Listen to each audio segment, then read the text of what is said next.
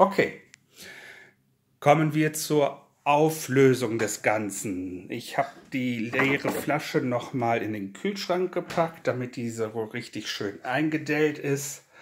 Und zur Auflösung halte ich die jetzt mal unter heißes Wasser und dann gucken wir, was passiert. Ihr könnt das ja zu Hause dann nachher, nachdem ihr hier fertig geguckt habt, nochmal selber ausprobieren. Also heißes Wasser an. Ja, es ist heiß.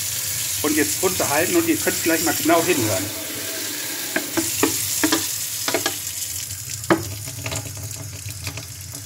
Hört ihr das?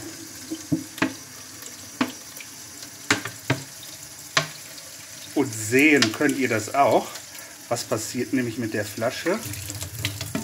Ich schüttel die mal ein bisschen, damit das durcheinander kommt.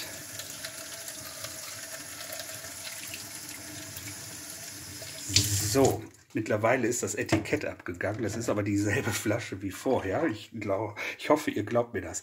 Okay, also ihr seht, die Flasche ist wieder richtig schön rund und nicht mehr eingedellt. Und jetzt kommt die Erklärung.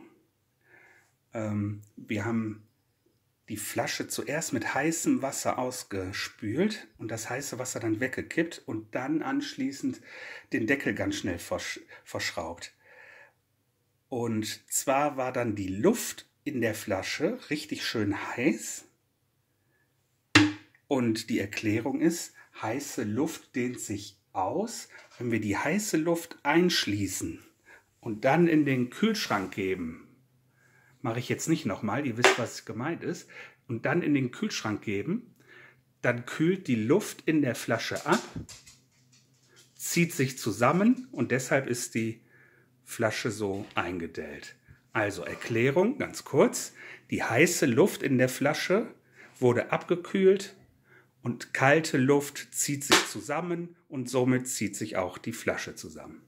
Okay, das war der erste Küchenversuch. Ich hoffe, ihr hattet ein bisschen Spaß dabei.